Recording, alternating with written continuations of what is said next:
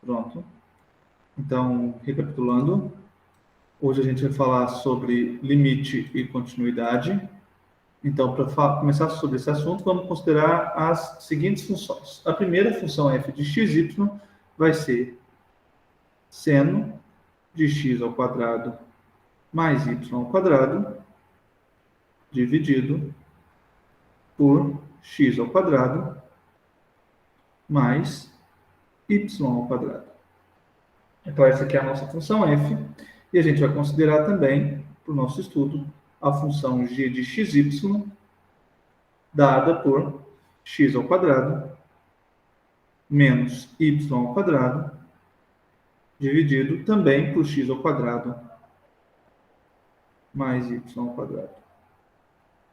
Então, a primeira coisa que a gente observa nessas duas funções é que nenhuma delas está definida na origem, ou seja, quando x e y são zeros, essas duas funções, tanto a f quanto a g, não estão definidas. Por quê? Porque, em ambos os casos, o denominador vai ser igual a zero. E como a gente bem sabe, não podemos dividir por zero.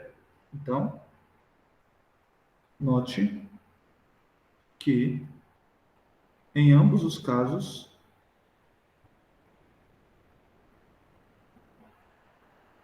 a função não está definida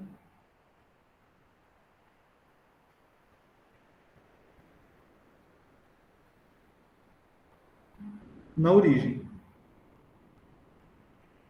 Quem é a origem é o ponto 0, 0. Ok? Porém, o fato dela não estar definida na origem não impede a gente de estudar o que acontece com essas funções para valores de x e y perto de zero. Então, porém,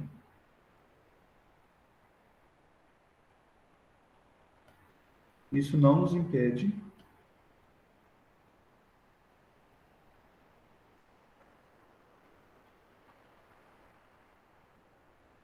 de estudar essas funções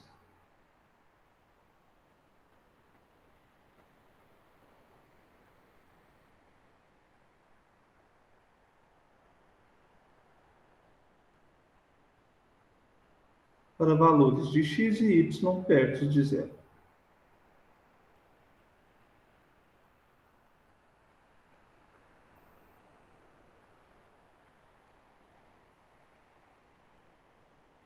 Bom, então se a gente pega essas funções e calcula ela para alguns pontos perto da origem, a gente vai obter os seguintes resultados. Então, bem, para não ficar fazendo as contas aqui, eu tenho uma tabelinha com os valores. Então, a gente começa com a nossa função f de xy dada por seno de x ao quadrado mais y ao quadrado dividido por x ao quadrado mais y ao quadrado. Se a gente vai calculando os valores dessa função para x e y perto de zero, a gente observa que esses valores, eles parecem se aproximar de 1. Então, aqui está a origem. Nesse ponto, a função não está definida. Então, aqui em 0, 0, a função não está definida. Mas para valores perto da origem, parece que a nossa função ela está se aproximando de 1. Então, observando os valores da tabela, então, observando os valores da tabela 1,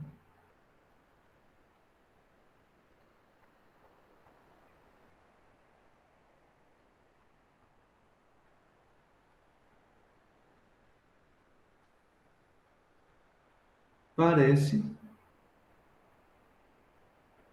que f de xy se aproxima de 1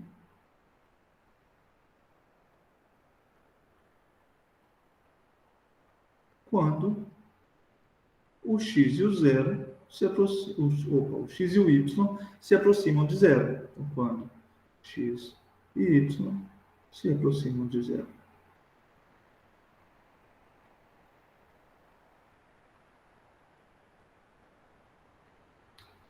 Porém, pessoal, se a gente observa a função g dada por x ao quadrado menos y ao quadrado, dividido por x ao quadrado mais y ao quadrado, a gente vê que nesse caso não acontece algo parecido. Por quê? Bem, observem o seguinte, se eu aproximo da origem, novamente, a origem ela não está definida, então a gente não tem um valor para x e y igual a zero, mas se eu aproximo da origem com meus valores de y igual a zero, de x igual a zero e y variando, então se eu aproximo da origem por aqui, aparentemente a minha função ela vai ser menos 1. Então vocês observem que nessa linha todos os valores são menos 1. Porém, se eu aproximo da origem pela coluna, então aqui todos os valores são 1. E se eu venho pela diagonal, aparentemente todos os valores são 0. Ou seja, o valor da origem parece que está dependendo de por onde eu chego nesse ponto. Então, se eu vier pela linha, o limite parece ser menos 1. Se eu vier pela coluna, o limite parece ser 1. Se eu vier pela diagonal, aparentemente o limite é 0.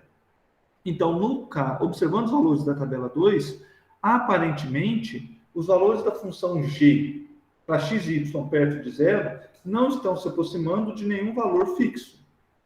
Então, por outro lado,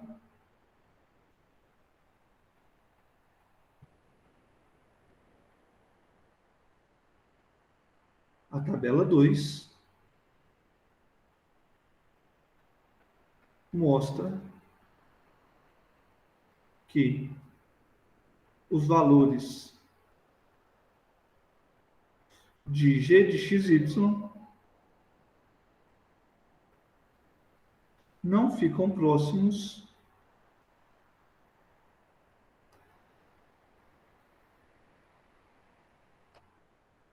de nenhum valor fixado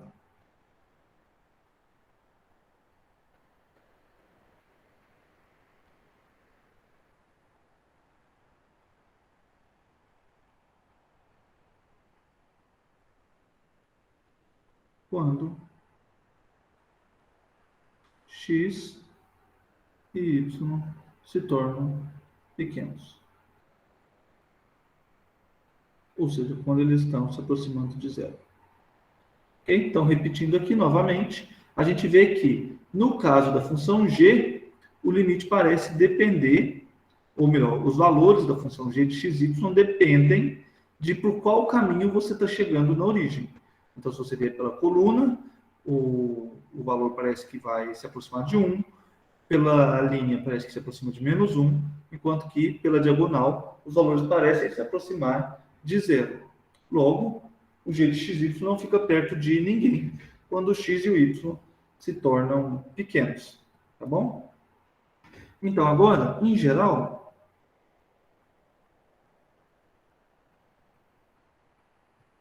a gente escreve, ou melhor, utilizamos a notação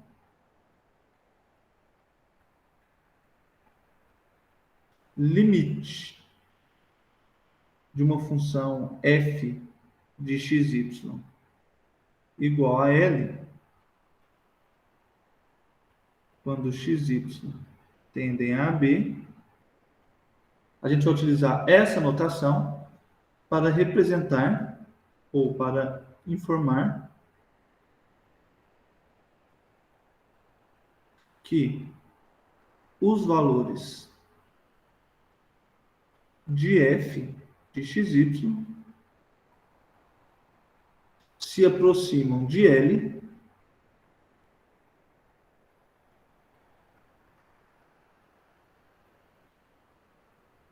quando x e y, o ponto xy, se aproxima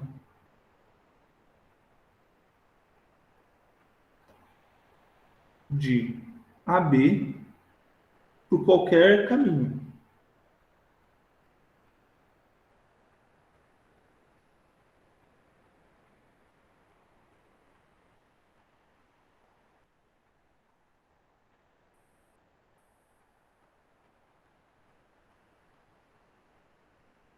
Por exemplo, se a gente volta nas funções f e g dadas lá no começo, a gente tem aqui o limite da função f de xy Quando x e y vão para perto de zero,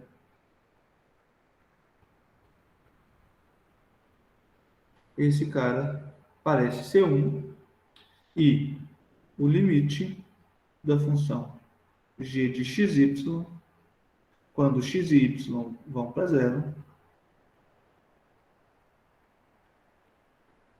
esse cara aqui parece que não existe.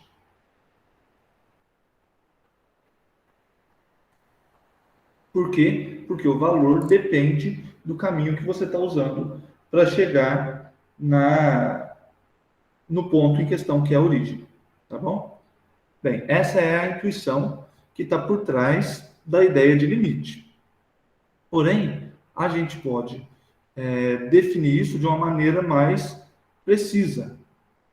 Então, a gente tem a seguinte definição.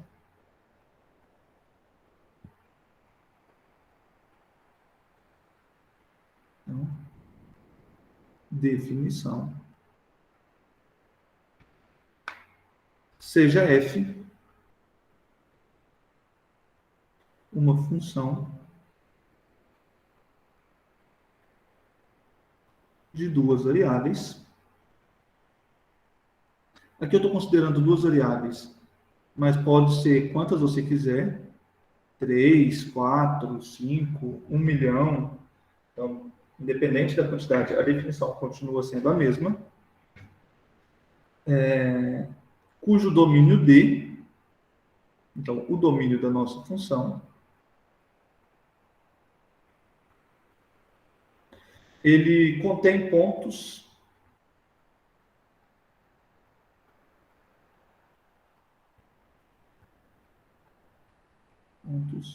arbitrariamente próximos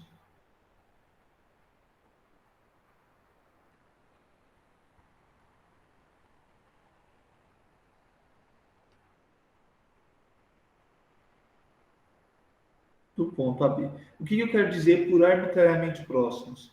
Arbitrariamente próximos significa que todos os pontos que estão perto do AB, exceto possivelmente o AB, eles pertencem ao domínio D.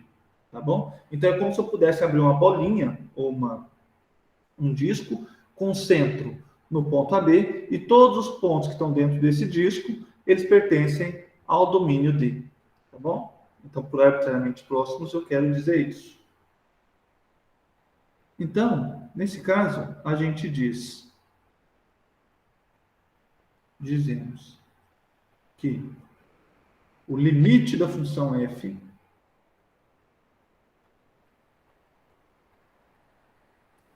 limite da função f de x, y,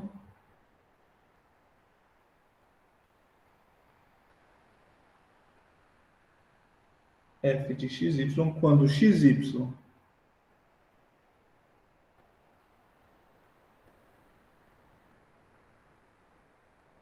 tende para AB. A gente vai dizer que esse limite, ele é L e escrevemos que o limite da f de xy, quando xy tendem para AB, esse limite, ele é L, se para todo epsilon maior que zero, existe um delta também maior que zero, tal que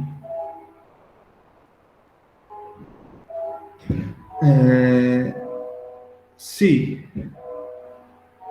x e y, tal que para todo xy pertencente a D com a raiz quadrada de x menos a ao quadrado mais y menos b ao quadrado menor que delta, a gente tem que o módulo de f de xy menos L é menor que epsilon. Ou seja, para todo epsilon positivo, vai existir um delta positivo. O delta depende do epsilon, então para epsilons diferentes a gente vai ter deltas diferentes. Tal que, para todo ponto xy que esteja no domínio D e que satisfaça essa condição aqui, a gente vai ter que a f desse ponto, ou melhor, que o módulo da f desse ponto menos L é menor do que epsilon. Vamos tentar entender o que está dizendo essa definição, ok? Então, note o seguinte, note que o módulo da f de xy menos L, esse cara aqui é a distância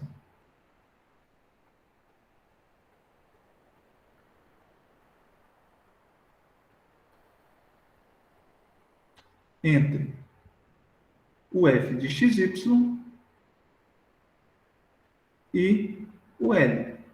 Tá bom? Então, se a gente calculou o módulo entre dois números, o que a gente está calculando é a distância entre esses dois números. Além disso,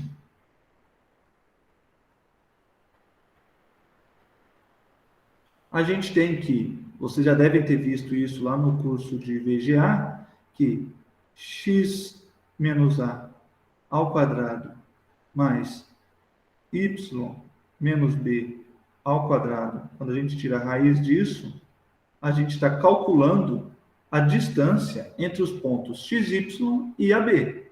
Então, essa expressão aqui é a distância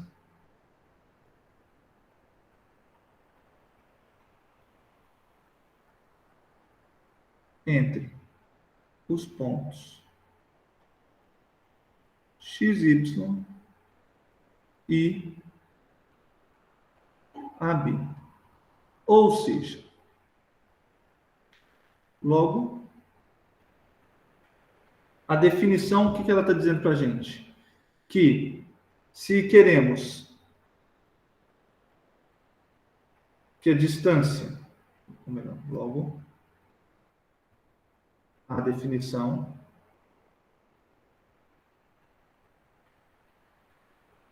diz que para a distância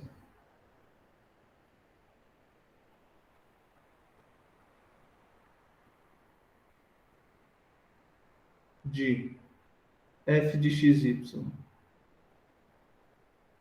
e L ser pequena, então eu quero que a distância seja menor do que meio. Quero que a distância entre a f e o L seja menor que meio. Então basta tomar um delta adequado, de modo que a distância dos pontos xy e o ponto AB que eu estou interessado seja menor do que esse delta.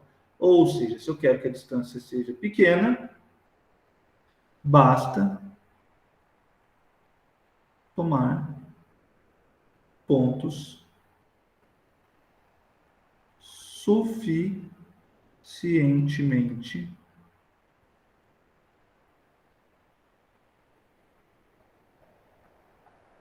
próximos de AB.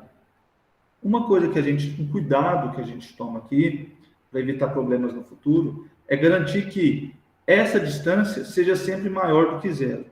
Ou seja, esse fato não precisa valer para quando o x e o y sejam exatamente o ponto onde você quer calcular o limite. Por quê? Porque pode acontecer da função não estar definida nesse ponto, como a gente viu na função f anteriormente. Pode ser que nesse ponto você tenha um valor diferente. Então, para o limite, a gente não está interessado no valor da função naquele ponto. A gente vai estar interessado no valor da função em pontos próximos ao AB. Tá bom? Geometricamente, a gente tem essa representação aqui. Então, geometricamente, a gente tem essa representação aqui. Se você quer que a imagem fique próxima de L, basta você tomar pontos perto de AB. Tá bom? Alguma dúvida com relação à definição, pessoal? Algum comentário? Tudo certo até aqui? Tudo certo. Beleza? Então, qualquer dúvida, podem interromper. Agora, pessoal, a questão aqui é a seguinte. Então, para funções de uma única variável, quando queríamos calcular o limite de uma função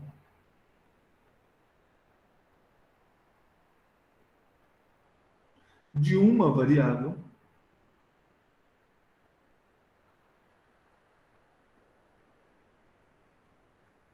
a gente tinha apenas duas possibilidades. Tínhamos apenas duas possibilidades.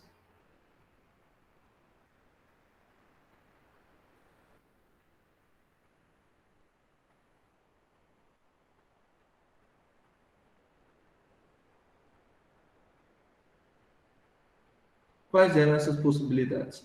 Fazer a aproximação pela direita ou pela esquerda. Então, aproximar do ponto pela direita ou pela esquerda. Então, se a gente tinha uma função f de uma única variável e a gente queria calcular o limite dela, então vamos imaginar que o gráfico dessa função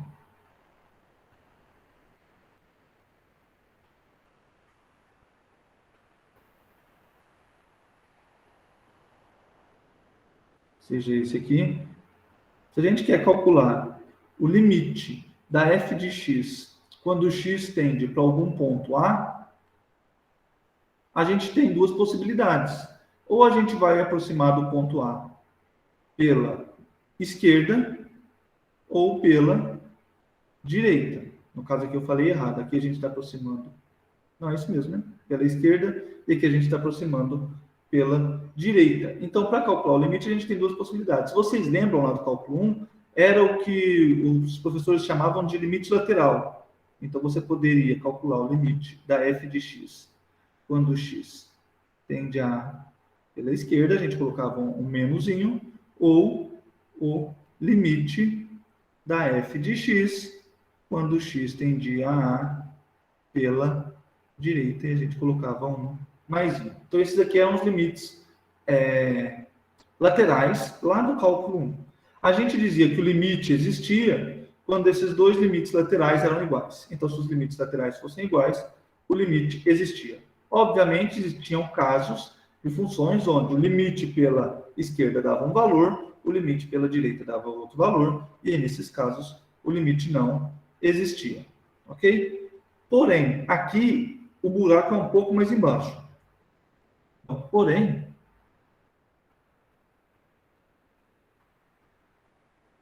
para funções de várias variáveis,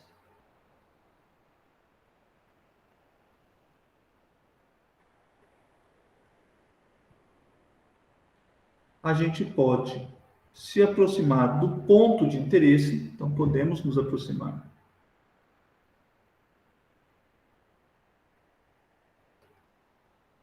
do ponto de interesse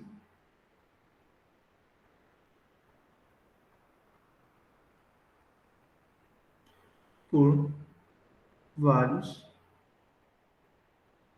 caminhos diferentes.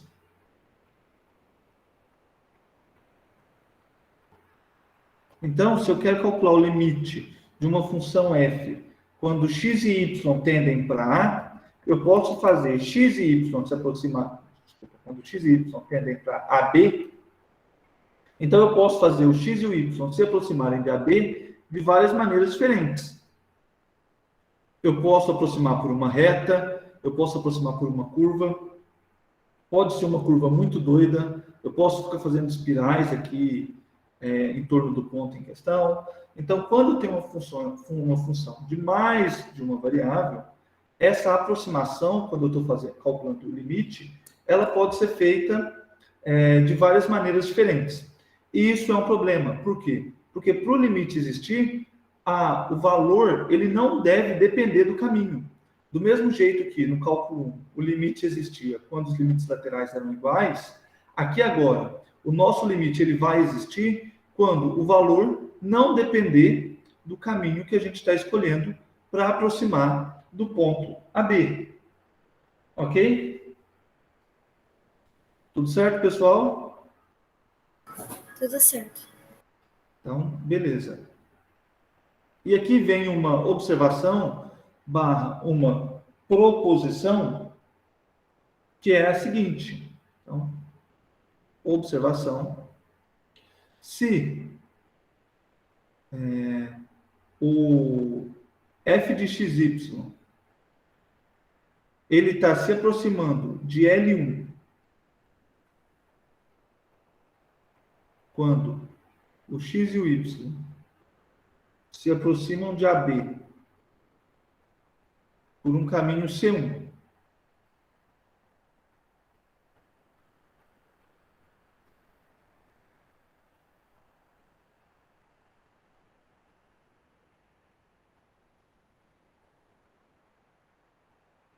Por um caminho C1. E o limite dessa mesma função, ele é L2 quando o XY se aproxima do AB por um caminho C2 diferente,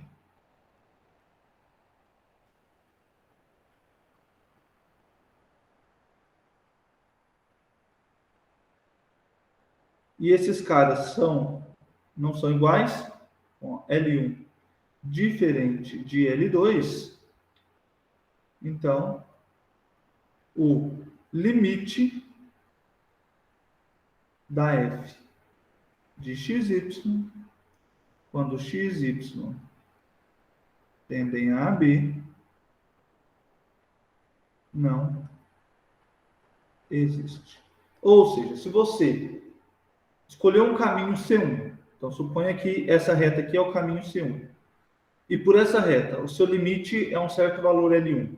E quando você escolhe um caminho C2 diferente, tipo essa curva doidona aqui, se esse aqui é meu caminho C2, e por essa curva o limite é um L2 diferente, então nesse caso o limite da função f, quando x e y tendem para AB, ele não existe. É o que a gente viu lá naquela função g do começo da aula. Por aqui vocês viram que o limite ele estava dependendo de por onde eu me aproximava da origem. Ele podia ser -1, ele podia ser 1, ele podia ser 0. Então, caminhos diferentes estavam dando limites diferentes. Logo, nesse caso, o limite não existe. Beleza? Então, vamos começar, trabalhar com alguns exemplos para tentar mostrar isso aqui na prática. Ok? Então, vou tomar água aqui antes.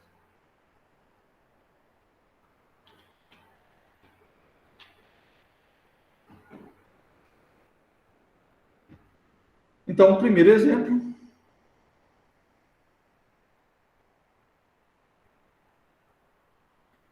Verifique,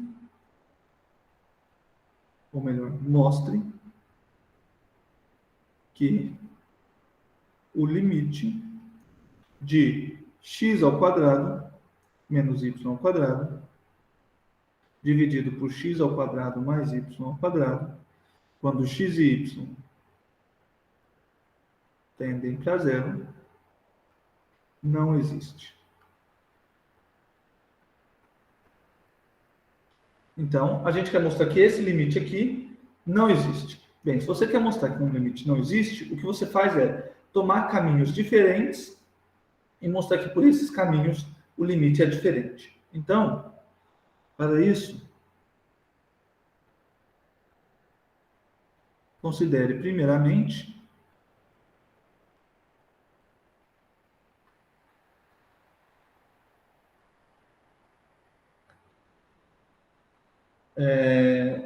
o caminho y igual a zero.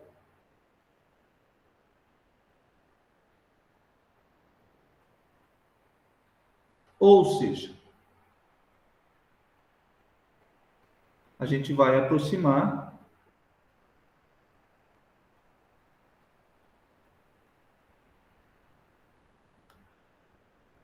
da origem por pontos do tipo x, 0. Então, geometricamente, aqui está a nossa origem. A gente vai se aproximar dela por pontos onde o x é igual a zero. Ou seja, a gente vai se aproximar dela pelo eixo x. Y é x. Então, a gente vai se aproximar da origem dessa maneira aqui. Ok? Quando a gente faz isso, quando a gente considera pontos desse tipo, então, neste caso,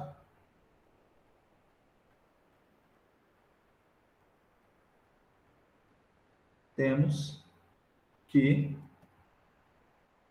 a f de x0, ou seja, a f calculada em pontos desse caminho, ela vai ser igual a x ao quadrado menos 0 ao quadrado dividido por x ao quadrado mais 0 ao quadrado, porque o y é zero. Ou seja, a gente vai ter x ao quadrado dividido por x ao quadrado, que é 1, e neste caminho a gente tem que o f de xy ele tende para 1. Ok? Então, se eu tomo pontos, se eu aproximo da origem por pontos no eixo x, o valor do meu limite vai ser 1. Porém, quando nos aproximamos por pontos onde x é igual a zero, então, porém, quando escolhemos o caminho x igual a zero, estamos nos aproximando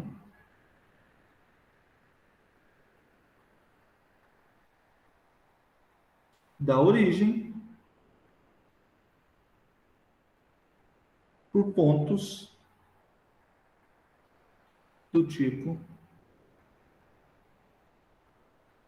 0y. Ou seja, agora a gente está considerando x igual a zero. X igual a zero vai dar para a gente um caminho diferente, que é chegar pelo eixo y.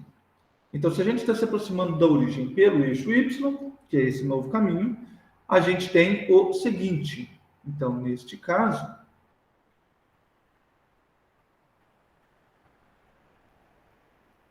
segue que o f de 0y ele é igual a 0 ao quadrado menos y ao quadrado dividido por 0 ao quadrado mais y ao quadrado. Ou seja, a gente tem menos y ao quadrado dividido por y ao quadrado, que é menos 1. Então, pelo primeiro caminho, a f ela tende para 1. Pelo segundo caminho, a f tende para menos 1. Então, a maneira como a gente faz para se aproximar da origem, ela está importando. Ou seja, os limites são diferentes. Logo, por essa observação anterior, o limite não existe. Logo,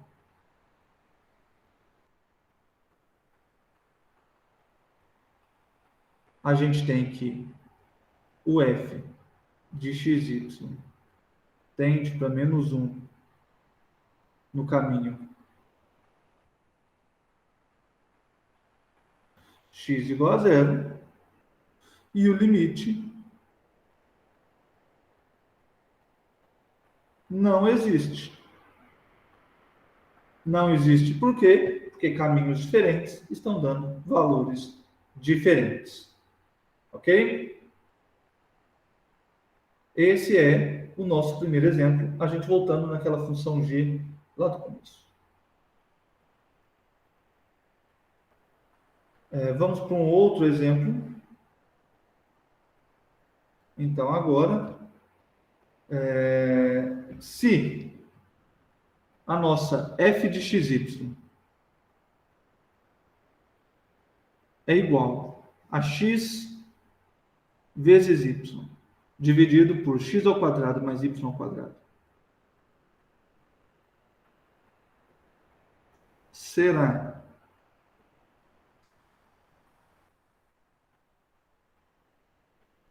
que o limite de f de xy, quando x e y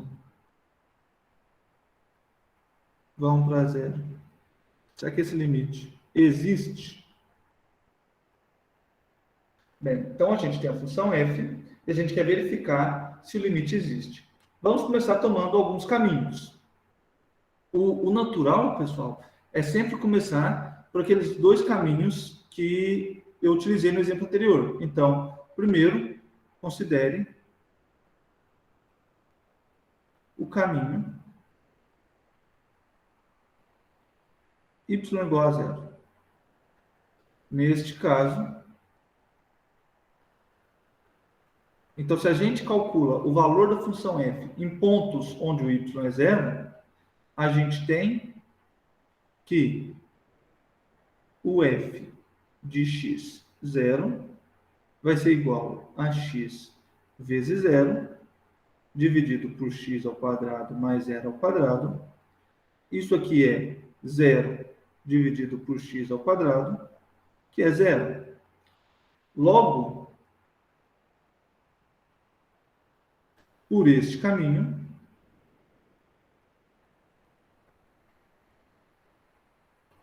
o f de xy está indo para zero. Ok? Então, a gente já fez o primeiro caminho. Vamos para o segundo caminho. Então, considere agora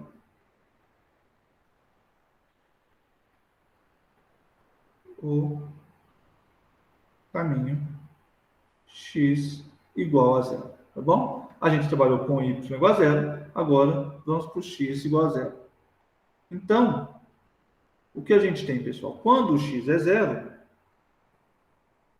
o f de 0y, ele vai ser igual a 0 vezes y sobre 0 ao quadrado mais y ao quadrado. Então, aqui a gente tem 0 sobre y ao quadrado, que é zero. Logo, por este caminho,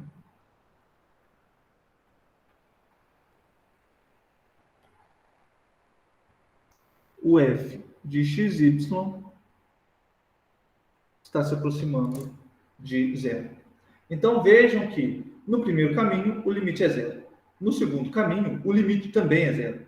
Será que isso já significa que o limite, então, da função existe e é zero? Bem, não. Por quê? Porque isso tem que ser verdade para todo caminho. Então, para qualquer caminho, o limite tem que ser igual. Aqui a gente olhou dois específicos, o y igual a zero e o x igual a zero. Para esses dois, o limite é o mesmo. Mas será que não existe nenhum outro onde o limite pode ser diferente? Bem, nesse caso a gente vê que existe. Então, se a gente tomar o seguinte caminho, então considere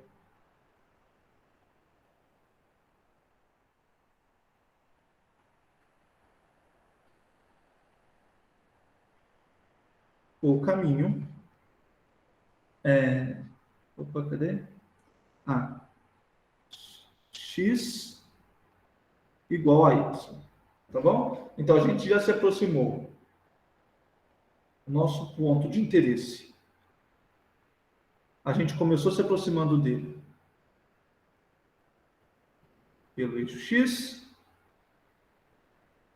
E a gente viu que o limite é zero.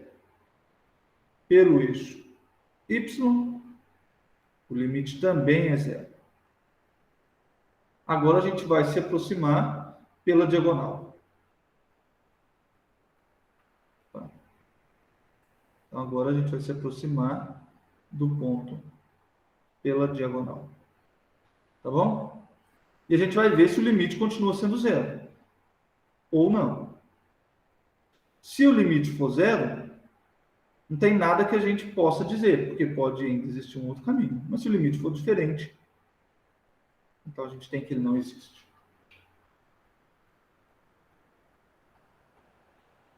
Por aqui a gente já viu que a f está indo para zero. Por aqui a gente viu também que a f está indo para zero. Vamos considerar agora x igual a y. Então, em pontos onde x é igual a y, a gente tem que a f de xy, bem, f de xy, nesse caso x é igual a y, então a f de x vai ser igual a x vezes x dividido por x ao quadrado mais x ao quadrado. Ou seja, a gente tem x ao quadrado dividido por 2x ao quadrado. Então, a gente vai ter meio. Logo, por este caminho,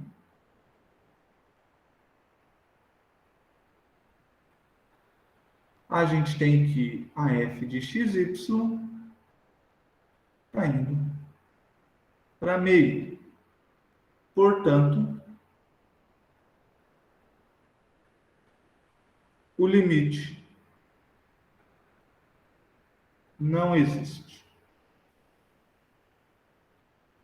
Então, por aqui ele é zero, por esse outro caminho vermelho ele é zero, mas pelo caminho verde o f está indo para meio.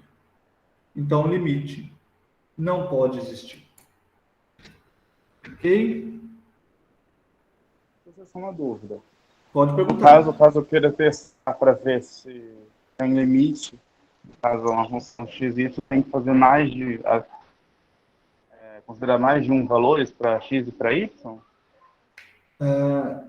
É complicado, Igor.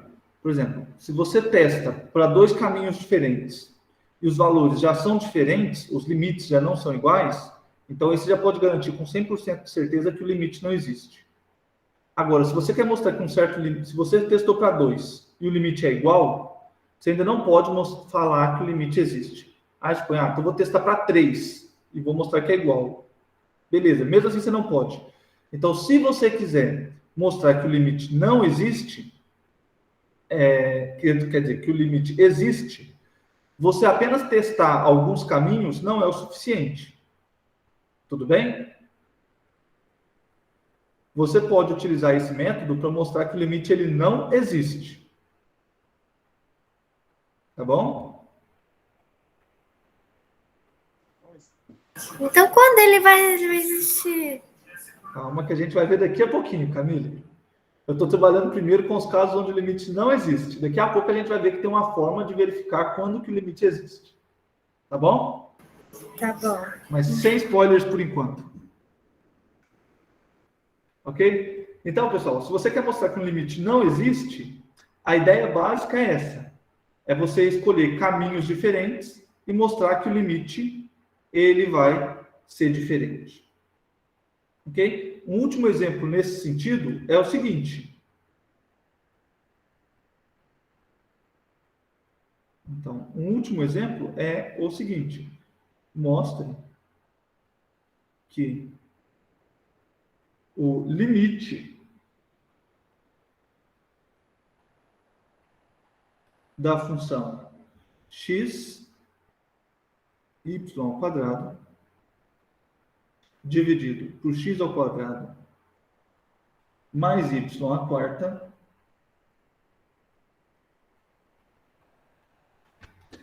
não existe quando x e y vão para zero. Então, a gente vai mostrar que esse limite não existe. Bem, a gente já viu pelos casos anteriores que uma boa maneira é utilizar retas. Então, se a gente quer verificar o limite quando x e y vão para zero, vamos pegar retas que estão indo para a origem e vamos calcular o limite por meio dessas retas. Em vez da gente considerar reta por reta, a gente pode fazer o caso geral. Então, considere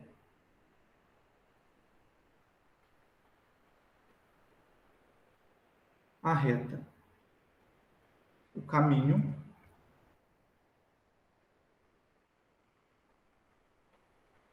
dado pela reta y igual a mx. Então, aqui, para cada valor diferente de m, a gente tem uma reta diferente. Então, se o m é 1, a gente tem a reta y igual a x. Se o m é 2, a gente tem a reta y igual a 2x. Se o m é 0, a gente tem a reta y igual a 0. Então, para cada valor de m, a gente tem uma reta diferente. Se o limite mudar, quando a gente escolher valores diferentes de m, então o limite ele está mudando em cada uma dessas retas. Tá bom? Ou seja, se o limite depender de m, então, para retas diferentes, a gente tem limites diferentes. Neste caso, a gente tem o seguinte.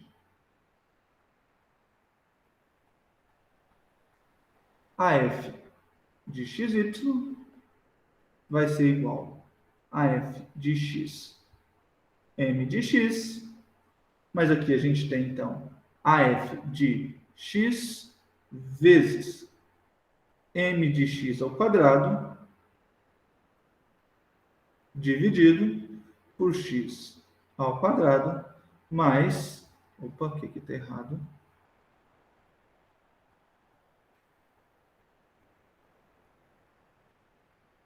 mx à quarta. Então, agora a gente tem essa função aqui. Fazendo as contas, a gente vai ter m ao quadrado vezes x ao cubo dividido por x ao quadrado mais m à quarta, x à quarta. Eu posso simplificar isso aqui, dividir em cima e embaixo por x ao quadrado. Então, eu tenho m ao quadrado vezes x dividido por 1 mais m à quarta vezes x ao quadrado. Então, eu dividi em cima e embaixo por x ao quadrado. Quando a gente calcula o limite aqui, o x está indo para zero. Então, quando o x vai para zero, temos que a função m ao quadrado vezes x dividido por 1 mais m à quarta x ao quadrado. Aqui, eu calculo o limite quando o x vai para zero. Então, esse cara aqui vai para zero, dividido por 1 mais zero, que é igual a zero. Ou seja, logo, para qualquer valor de m que a gente escolher,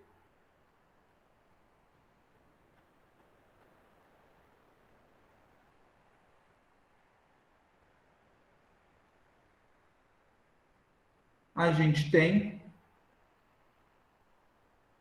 que a f de xy ela vai para zero ao longo do caminho.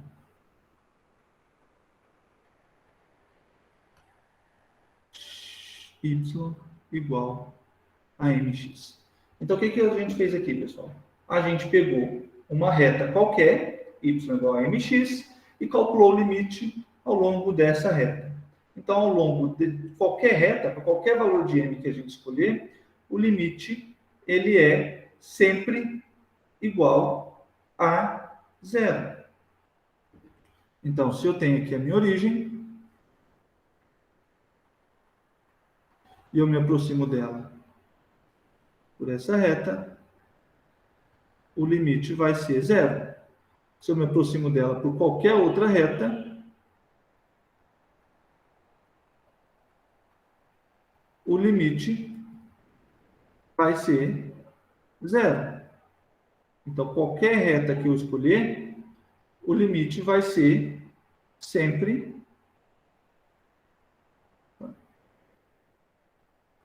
zero. Então, por qualquer reta aqui, o limite é sempre zero. Isso significa, então, que o limite é zero?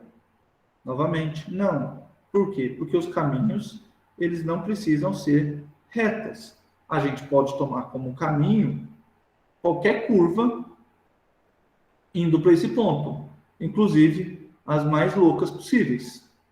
Então, nesse caso, para toda reta, o limite é sempre o mesmo, mas pode existir alguma outra curva que não é uma reta, cujo limite é diferente. E, de fato, ela existe. Então, a gente vai tomar agora. Então, considere o caminho y, ou melhor, x, igual a y ao quadrado. Então, neste caso, se a gente está escolhendo este caminho aqui, temos que a f de xy, bem, a gente está tomando x igual a y ao quadrado, então a f de y ao quadrado y vai ser igual x, primeira coordenada, y ao quadrado, mais a segunda coordenada ao quadrado, dividido pela primeira coordenada ao quadrado, mais a segunda coordenada elevada à quarta potência. Então, o que eu estou fazendo? Eu estou pegando a minha função... o mesmo exemplo? Oi? Esse aí não é o mesmo exemplo, que em cima era x vezes y ao quadrado? Opa, é isso mesmo. Obrigado, Igor. É o mesmo exemplo. Desculpa, pessoal. É o mesmo exemplo. Então, a gente tem x, que é y ao quadrado, vezes y ao quadrado. Então, aqui, y ao quadrado. Obrigado, Igor. Então, agora aqui, pessoal, se a gente fizer a conta, a gente vai ter y à quarta dividido por 2 y à quarta. Simplificando, a gente tem meio. Então, quando a gente toma esse caminho, x igual a y ao quadrado, a f de xy é sempre igual a meio. Logo, por este caminho,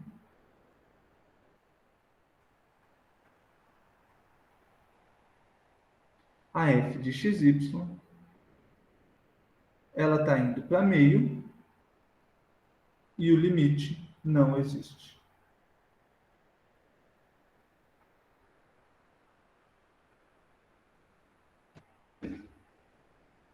Beleza, pessoal? Então, vejam, aqui, por qualquer reta que eu escolher aproximar, o limite vai ser sempre o mesmo. Mas se eu pego a parábola x igual a y ao quadrado, ou seja, se eu aproximo da minha função por esse caminho aqui, ou por esse caminho aqui, o limite passa a ser meio. Então, por isso que eu falo, depende do caminho. Logo, pessoal, como vocês já devem ter visto, portanto, utilizar caminhos diferentes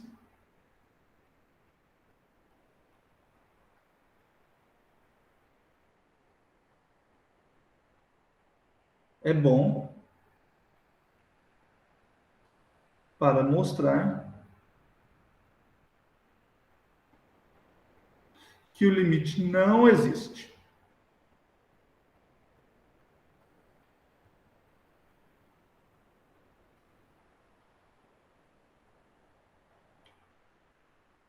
Mas, como mostrar que um limite existe?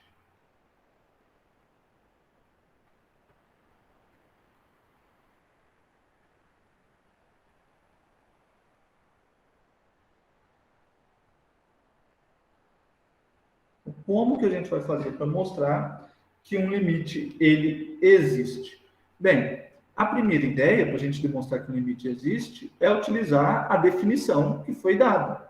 Então, ela diz que o limite existe se para todo epsilon positivo existir um delta positivo, de modo que o módulo de x menos de f de x menos y menos l é menor que epsilon para todo x e y no domínio, cujo raiz quadrada de x menos a ao quadrado mais y menos b ao quadrado for menor do que delta.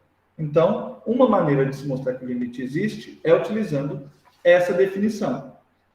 Isso na prática não é muito bom, porém, pelo menos uma vez na vida, é bom ver como que essas coisas funcionam. Então, vamos fazer um exemplo, mostrar que um limite existe utilizando a definição. Então, exemplo.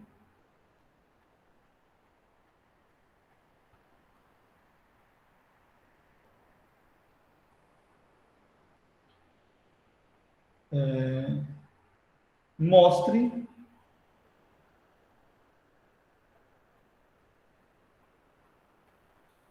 que o limite de 3x ao quadrado vezes y dividido por x ao quadrado mais y ao quadrado, quando x e y vão para zero, que esse cara aqui, ele é igual a zero. Tá bom? Então, agora a gente quer mostrar que esse limite aqui, ele existe e que ele é zero. Então, para mostrar que o limite existe, não é bom utilizar caminhos. Por quê? Porque para utilizar caminhos, vocês teriam que mostrar que para qualquer caminho o limite é sempre o mesmo. E bem, existem infinitos caminhos. Logo, essa tarefa não é nem um pouco simples. Então, uma maneira aqui é utilizar a definição. Neste caso, a gente tem que A e B são ambos iguais a zero. Então, a gente quer que o x e o y venham para 0, 0, A igual a zero, B igual a zero, e o L também vai ser zero. Ou seja, a gente quer mostrar que esse limite ele é zero. Pela definição, então, ou melhor, então, seja epsilon um número qualquer maior que zero. Então, pela definição,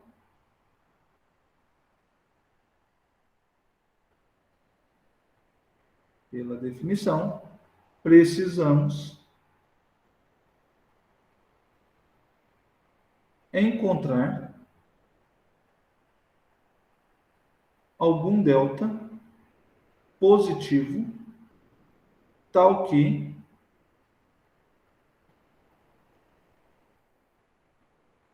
o módulo de f de xy menos L seja menor que zero, ou melhor, desculpa, menor que epsilon, para todo xy tal que zero seja menor do que x menos a ao quadrado mais y menos b ao quadrado menor que delta. Ou seja, a gente precisa encontrar um delta, de modo que se você escolher x e y satisfazendo essa desigualdade aqui de baixo, então a desigualdade de cima também vai acontecer. Como eu falei, nesse caso, a gente tem que o A e o B são ambos zero. Então, a gente pode trocar A e B aqui por zero. Bem, x menos zero é x, y menos zero é y. Então, essa raiz aqui, a gente pode trocar ela pela raiz de x ao quadrado mais y ao quadrado. Então, se a raiz quadrada de x ao quadrado mais y ao quadrado é menor do que delta, a gente quer que o módulo de f de xy menos L seja menor do que epsilon. O L, a gente já sabe que é zero. O f de xy, a gente já sabe quem é também. F de xy, ele é 3x ao quadrado vezes y dividido por x ao quadrado mais y ao quadrado. Então, a gente troca a f aqui por 3x ao quadrado vezes y dividido por x ao quadrado mais y ao quadrado. É isso mesmo? Deixa eu confirmar. Isso. Mas bem, o módulo, esse cara menos zero, é o próprio f. Então, a gente pode reescrever isso aqui como sendo o módulo desse cara menor do que epsilon. Beleza? Então, a gente quer mostrar aqui, se essa raiz quadrada for menor do que delta, então esse cara aqui é menor do que epsilon. Como que a gente faz isso? Bem, para encontrar delta,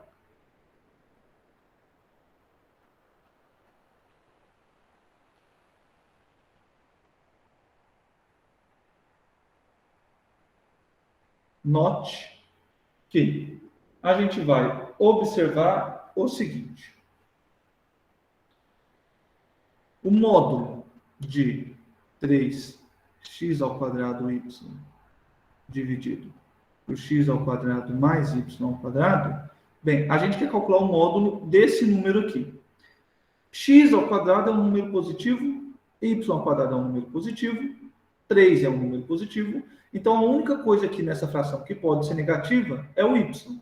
Então, esse módulo aqui, ele fica sendo igual a 3x ao quadrado vezes o módulo de y dividido por x ao quadrado mais y ao quadrado. Beleza? Tudo certo, pessoal? Tudo certo. Ok. Então, agora, a gente nota o seguinte. Como x ao quadrado é menor ou igual... Professor, só uma dúvida. Pode Por que perguntar. que você isolou, por que você colocou o y de cima no módulo? A gente está calculando o módulo de toda essa fração aqui, certo, Igor? Sim. Porém, a única coisa nessa fração que pode ser negativa é o y. Então, se a única coisa que pode ser negativa é o y, calcular o 3 pode sair para fora do módulo, porque ele é positivo, o x ao quadrado pode sair para fora do módulo, porque ele é positivo, o denominador pode sair para fora do módulo, porque ele é positivo. Então, a única coisa que continua dentro do módulo é o y. Beleza? Ele não está ao quadrado. Ah, tá, entendi. Exatamente, porque ele não está ao quadrado. Então, agora, pessoal, vejam o seguinte.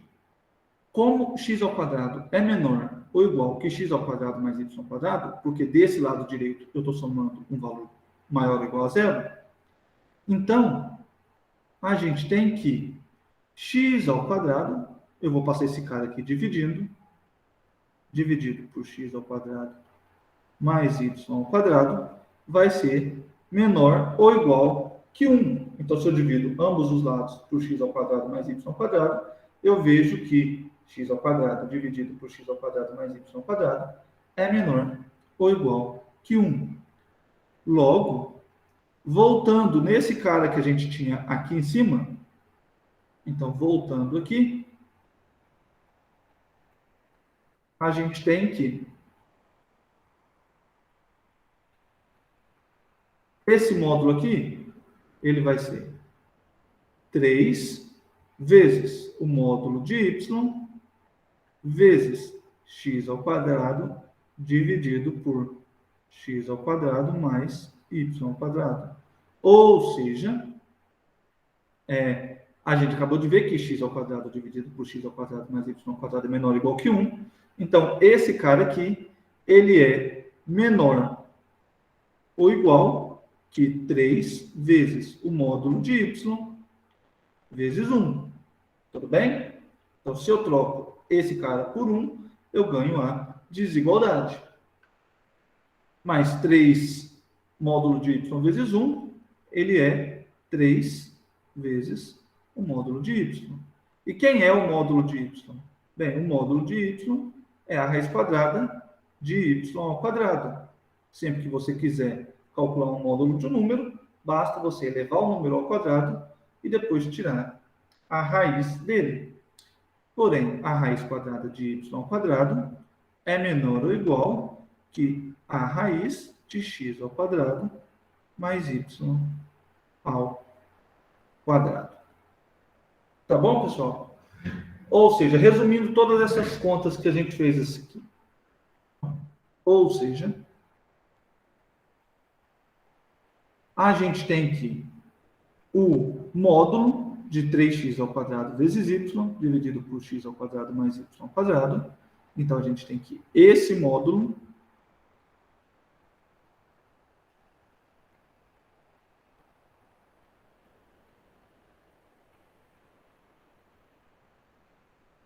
ele é menor ou igual que 3 vezes a raiz de x ao quadrado mais y ao quadrado. Alguma dúvida nessas contas, pessoal? Tá claro para todo mundo o que foi feito e por que esse cara é menor ou igual que esse?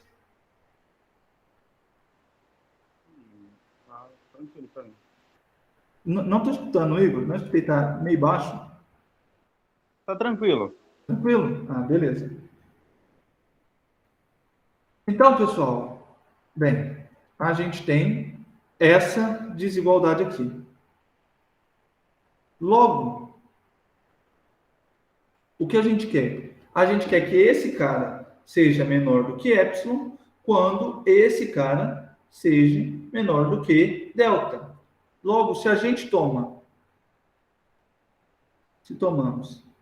delta igual a epsilon sobre 3, então a raiz de x ao quadrado mais y ao quadrado menor do que delta vai implicar para a gente que 3 vezes essa raiz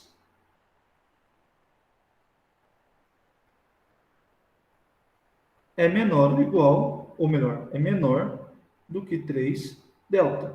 Mas o delta, ele é epsilon sobre 3. Logo, 3 delta é epsilon. Então, a gente tem que 3 vezes a raiz de x ao quadrado mais y ao quadrado, ela é menor do que epsilon. Só que a gente já sabe que o módulo é menor do que 3 vezes a raiz. Então, se 3 vezes a raiz é menor do que epsilon, esse módulo também precisa ser menor do que epsilon. Logo, o módulo de 3x ao quadrado vezes y, dividido por x ao quadrado mais y ao quadrado, é menor do que epsilon e está provado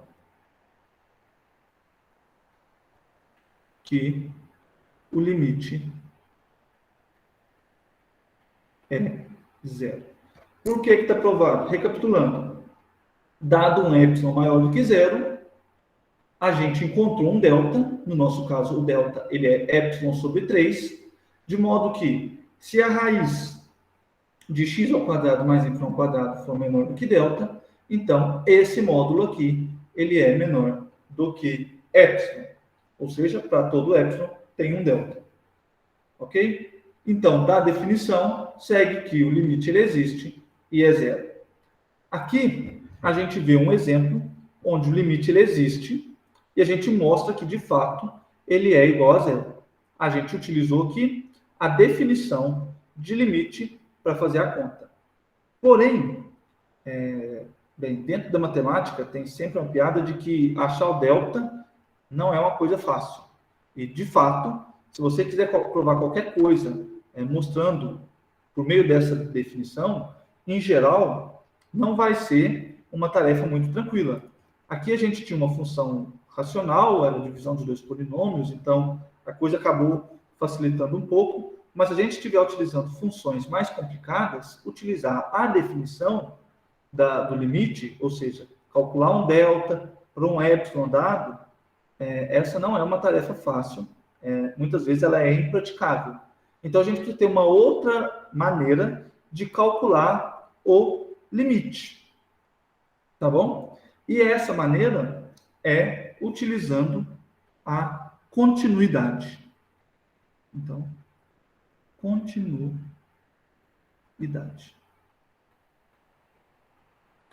Até o momento, se a gente quer mostrar que o limite não existe, a gente toma dois caminhos diferentes e mostra que o limite por esses caminhos é diferente. Se a gente quer mostrar que o limite existe, a única ferramenta que a gente tem é a definição. Porém, a gente vai ver agora que para algumas funções, que são o que a gente chama de funções contínuas, calcular o limite não é complicado. Muito pelo contrário, é algo bem simples. Mas o que é a continuidade? Bem, esse termo ele deve soar familiar. Vocês já ouviram falar de continuidade lá no cálculo 1. Na parte de integral, a gente falou sobre funções contínuas. Na parte de sequências e séries, a gente falou sobre funções contínuas. Então, a ideia aqui é a mesma. A gente vai dizer quando que uma função de duas ou mais variáveis, ela é contínua ou não. Então, uma função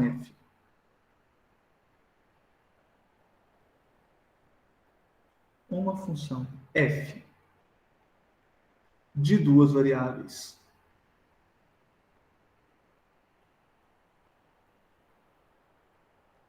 aqui eu estou considerando duas variáveis, mas poderiam ser 3, 4, 5, quantas vocês quiserem. Então, essa função, ela é dita contínua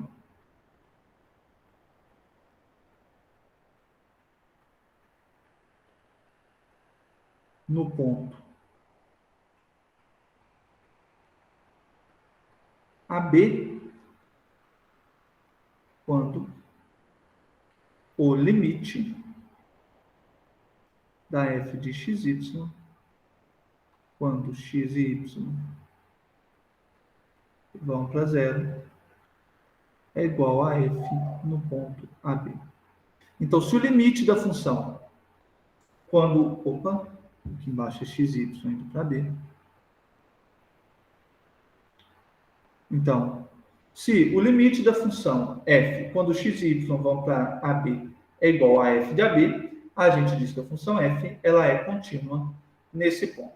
Tá bom? Por que nesse caso é fácil calcular o limite? Bem, porque calcular o limite é basicamente calcular o valor da função no ponto que você quer. Então, se você quer calcular o limite quando x e y vão para B, basta você calcular o f de AB. A questão agora é saber, isso vale para funções contínuas. Mas quem são funções contínuas? Bem, exemplos de funções contínuas,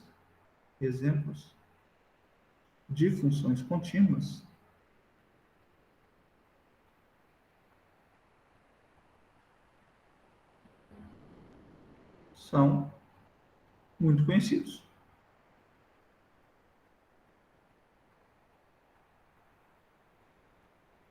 Então, por exemplo, polinômios são funções contínuas, funções racionais são funções contínuas, funções trigonométricas são funções contínuas, funções exponenciais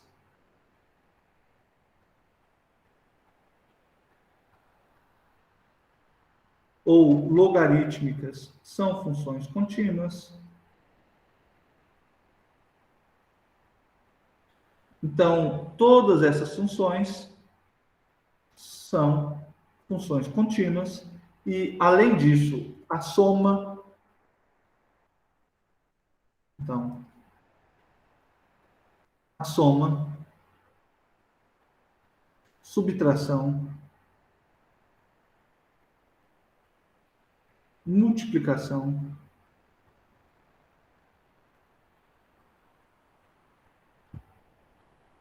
divisão e composição destas funções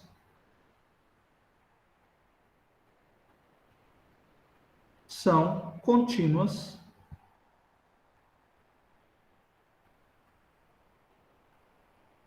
nos pontos onde estão definidas.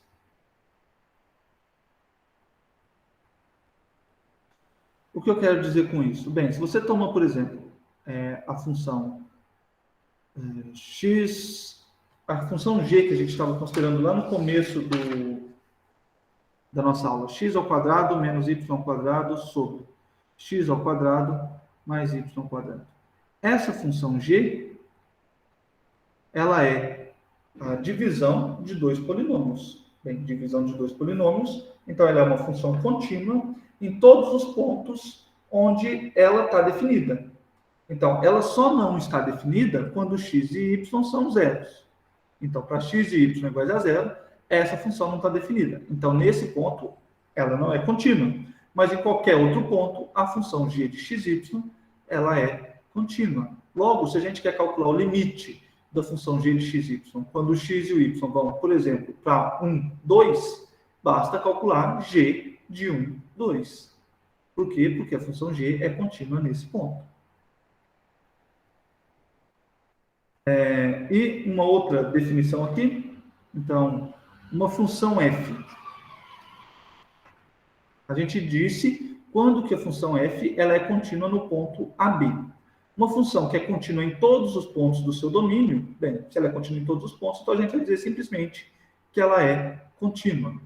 Então, se a função f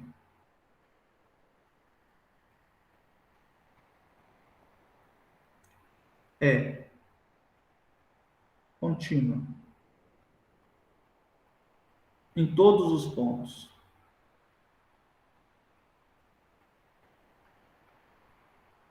do seu domínio,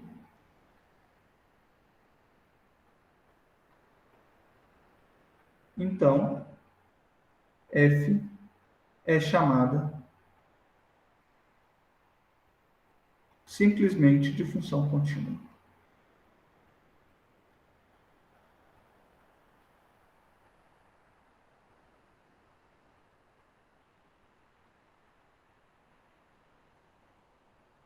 Então, se ela é contínua em todo mundo, a gente não precisa dizer em qual ponto que ela é contínua.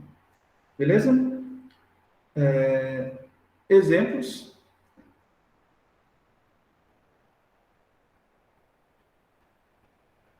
Bem, a função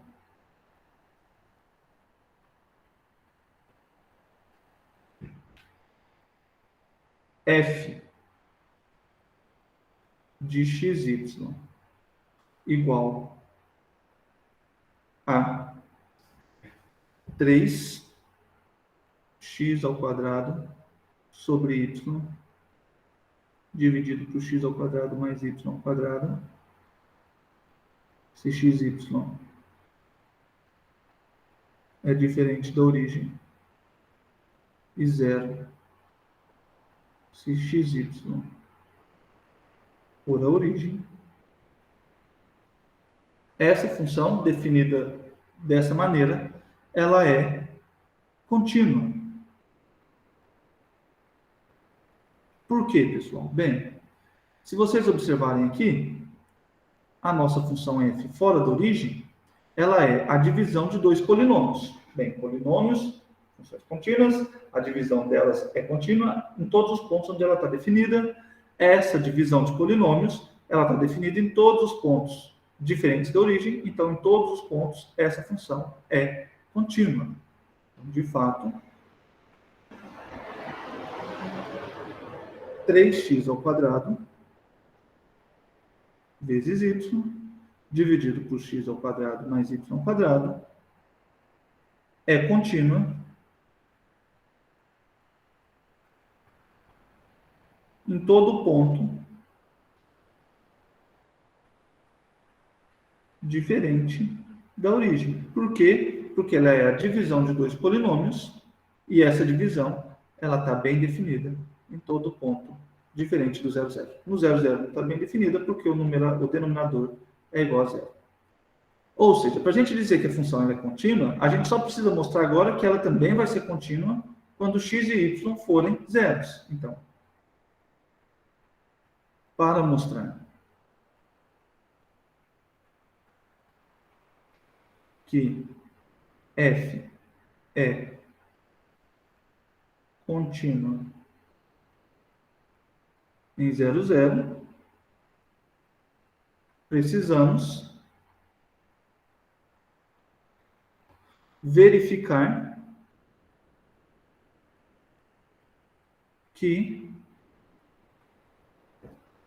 o limite de f de x, y, quando x e y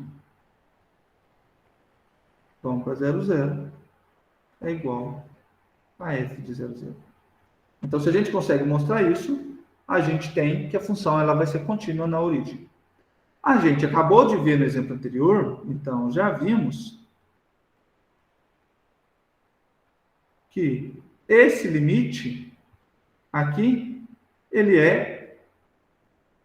já vimos, o limite dessa função, quando x e y vai para 0, ele é igual ao limite de 3x² y dividido por x² mais y², quando x e y vão para 0, 0. Esse limite, a gente já mostrou que ele é igual a 0. Então, esse limite, a gente já verificou que ele é igual a 0. E a f em 0, 0 também é 0. Logo, a f calculada na origem é o limite da função f quando x e y vão para a origem. Logo, f é contínua em 0, 0. Se ela é contínua em 0, 0, ela é contínua em todo ponto. Então, a f é uma função contínua. Mas voltando, pessoal, como eu disse, todas as funções que a gente já está acostumado a trabalhar, elas são, todas essas funções, além das somas, subtrações, multiplicação e divisão e composição dessas funções, são funções contínuas. Então, geralmente, a gente não precisa se preocupar com a continuidade. Por quê? Porque as funções com que a gente está trabalhando vão, na maioria esmagadora das vezes, serem funções contínuas. E por isso, a gente vai poder facilmente calcular os limites. Então, por exemplo, calcule o limite da função seno de x² mais y² dividido por x² mais y² quando x e y estão indo para 0 e 1. Então, o x está indo para 0, o y está indo para 1. Bem, para calcular essa função, a gente observa o seguinte.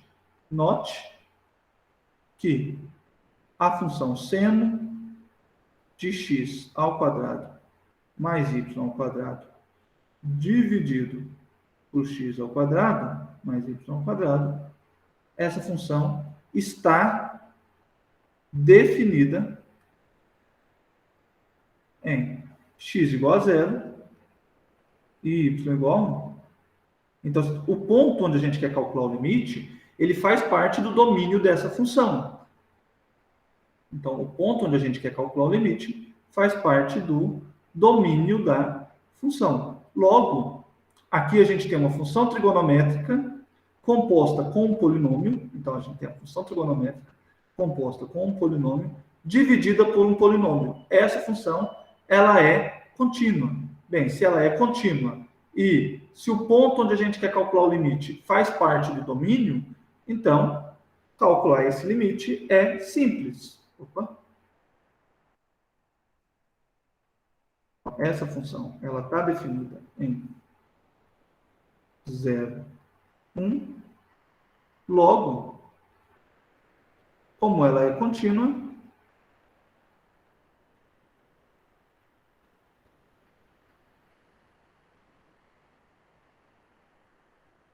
porque é a composição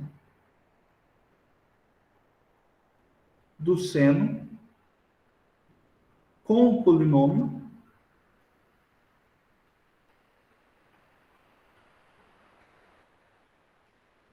e dividido por um polinômio. Então, são funções contínuas que estão sendo compostas e divididas.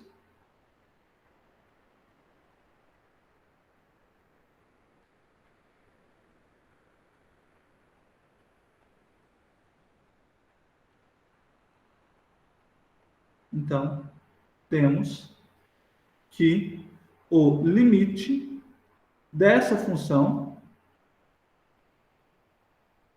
seno de x ao quadrado mais y ao quadrado dividido por x ao quadrado mais y ao quadrado, quando x e y vão para o ponto 0, 1. Bem, esse limite, a gente está falando de uma função contínua, então basta a gente substituir o x por 0, o y por 1. Então aqui a gente tem seno de 0 ao quadrado mais 1 ao quadrado dividido por 0 ao quadrado mais 1 ao quadrado. 0 ao quadrado é 0, 1 ao quadrado é 1. Então aqui a gente vai ter que esse cara é igual ao seno de 1. Bem, seno de 1, deixa eu fazer a conta aqui, não calculei a priori, mas utilizando a calculadora normal a gente consegue calcular isso.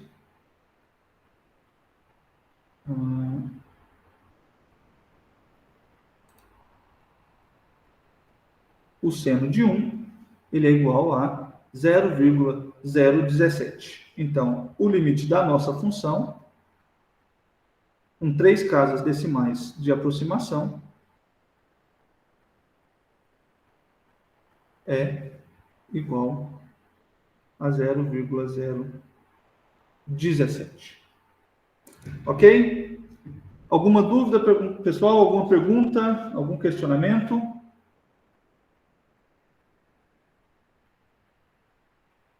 Nenhuma dúvida. Nenhuma dúvida?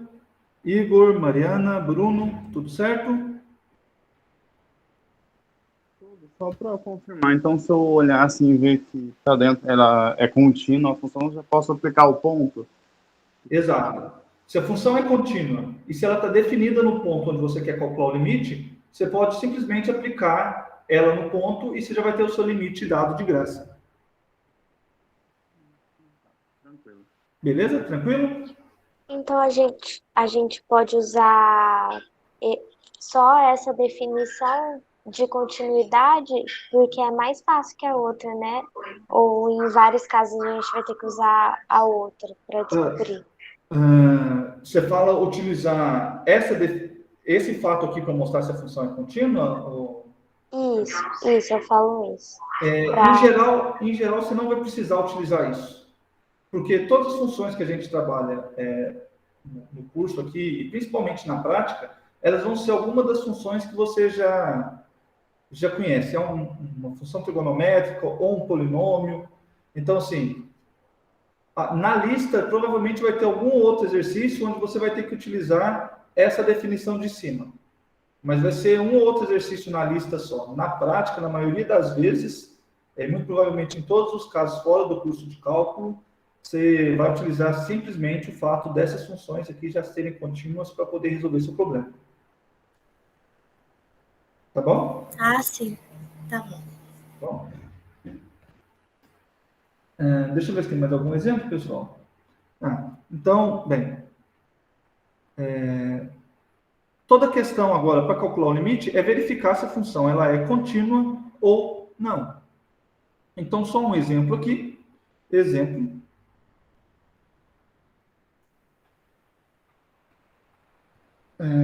Onde, na aula de hoje, vamos verificar onde a função f de xy igual a arco tangente de y dividido por x. Então, em quais pontos essa função ela é contínua? Então, bem, a gente quer verificar quando que essa função aqui ela é contínua. O arco tangente de y dividido por x. Primeiro, note que y dividido por x, ela é contínua em todo ponto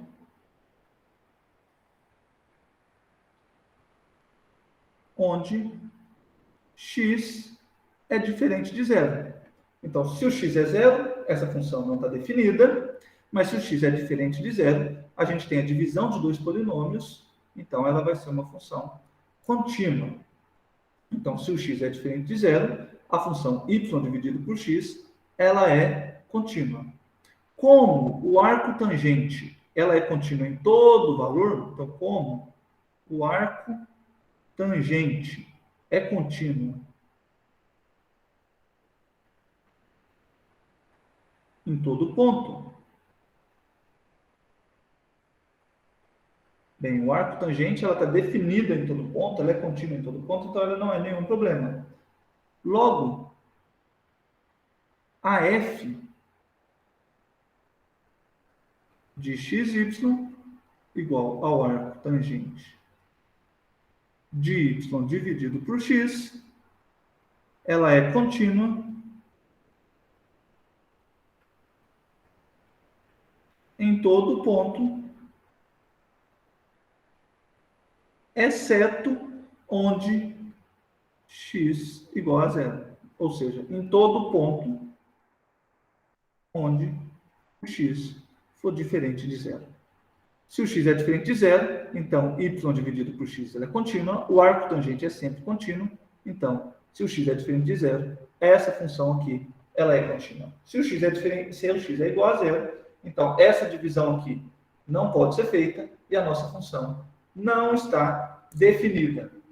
Logo, pessoal, se vocês quiserem calcular o limite dessa função para qualquer ponto xy com x diferente de zero, então se você quer calcular o limite para o ponto 1, 2, para o ponto 1 milhão e 0, 1 milhão e π, para qualquer valor, basta substituir aqui e fazer as contas.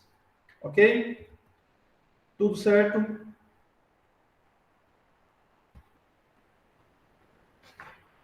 Bem, pessoal, o que eu tinha para falar hoje com vocês era isso.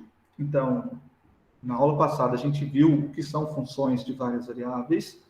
Hoje a gente aprendeu o que são os limites, calcular limite, e o que é a continuidade de funções de várias variáveis. Na próxima aula, a gente vai começar a derivar esse tipo de função. Então, na próxima aula, a gente vai definir as derivadas parciais de uma função com várias variáveis. Lembrando, tudo que eu falei na aula de hoje, eu sempre dei exemplo de funções com duas variáveis. Porém, tudo que foi feito, desde a parte de limite até a parte de continuidade, ela vai valer exatamente igual quando a gente estiver trabalhando com funções de 3, 4, 5 ou mais variáveis. Então, o limite vai ser definido da mesma forma. Aí aqui a gente vai ter, se a gente tivesse 3 variáveis, raiz quadrada de x menos a ao quadrado, mais y menos b ao quadrado, mais e menos c ao quadrado, e assim sucessivamente, mas vale da mesma forma. A questão de continuidade vale da mesma forma. A questão dos caminhos é tudo igual, independente da quantidade de variáveis que a gente tenha. Eu estou sempre dando os exemplos com duas variáveis, porque fica mais fácil de ver, fica mais fácil de desenhar. Então, os exemplos são sempre com duas variáveis. Mas, para 3, 4 ou mais variáveis, tudo funciona da mesma forma. Tá bom?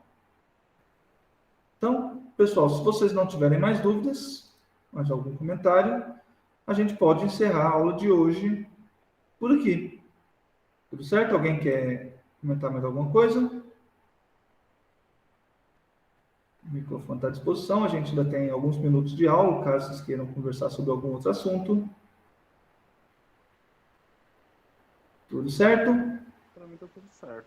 Tudo certo? Então, vou interromper aqui a gravação da aula.